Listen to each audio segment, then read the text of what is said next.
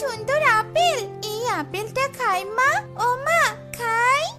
না না সোনা, পড়ে থাকা কোনো ফল খেতে নেই। ফেলে দে, ফেলে দে, ফেলে দে হাত থেকে। ফেলে দে আপেলটা। এমন গোলাপি আপেল তো আগে কখনোই দেখিনি। না, আমি খাবই খাবো। এ কথা বলে ঝিনুকমালা গোলাপি রঙের আপেলটা খেয়ে ফেলে।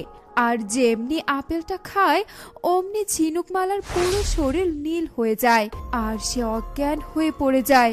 জলপরি তার মেয়ের এমন অবস্থা দেখে আঁতকে ওঠে আর তার মেয়েকে জড়িয়ে ধরে কাঁদতে থাকে। ঝিনুকমালা, ঝিনুকমালা, তোর কি হলো? কথা বল, তোর শরীর এমন নীল হয়ে গেল কেন? না না, সময় নষ্ট করলে চলবে না।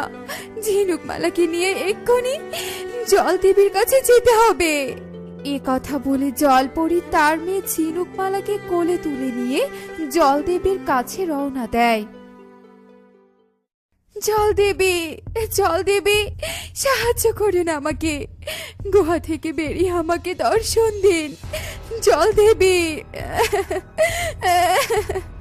জলপরীর ডাকে জলদেবী তার গুহা থেকে বেরিয়ে আসে আর জলপরীকে কাঁদতে দেখে জলদেবী বলে ওঠে, এ কি জলপরি, তুমি আমার কাছে এসেছো কেন? আর কাঁদছই বা কেন? বলো, তোমার কি হয়েছে বলো। জলদেবী, আমার মেয়ে ঝিনুকমালা ভুল করে একটা কুড়িয়ে পাওয়া গোলাপি রঙের আপেল খেয়ে ফেলেছে। তারপর থেকে তার শরীর নীল হয়ে গেছে আর কথাও বলছে না। আমার মেয়েকে ঠিক করে দিন জলদেবী, ঠিক করে দিন। তোর মেয়ে শরীর দেখে মনে হচ্ছে তোর মেয়ে কোনো বিষাক্ত আপেল খেয়েছে।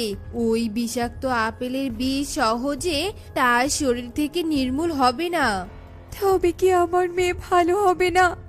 আমি কি সন্তান হারা হয়ে যাব? জলদেবী, কোনো কি উপায় নেই আমার মেয়েকে ভালো করার জন্য? আছে, একটা উপায় আছে। তোর মেয়ের কপালে যদি শীষ নাগিন তার মাথার নাগমণি স্পর্শ করে দেয় তবেই তোর মেয়ের শরীর থেকে সব বিষ নির্মূল হয়ে যাবে। তোর মেয়ে একদম সুস্থ হয়ে যাবে। তবে আমি আমার মেয়ের প্রাণ বাঁচাতে শীষ নাগিনের কাছে যাব আর তার সাহায্য চাইব।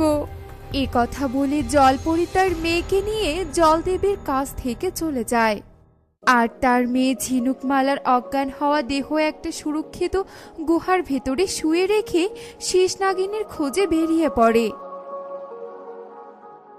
অন্যদিকে শীষনাগ, মাছ খেয়ে খেয়ে আমার পেট একদম ভরে গিয়েছে। চলো এবার আমরা আমাদের গুহায় চলে যাই।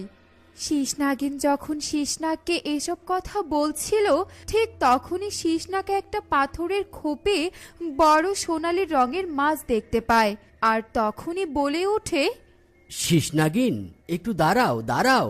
ওই দেখো, ওই পাথরের খোপে কি সুন্দর সোনালী রঙের মাছ। ওই মাছ তো আমি খাবোই খাবো। তুমি একটু দাঁড়াও, আমি এক্ষুনি খোপ থেকে সোনালী রঙের মাছটা ধরে নিয়ে আসছি।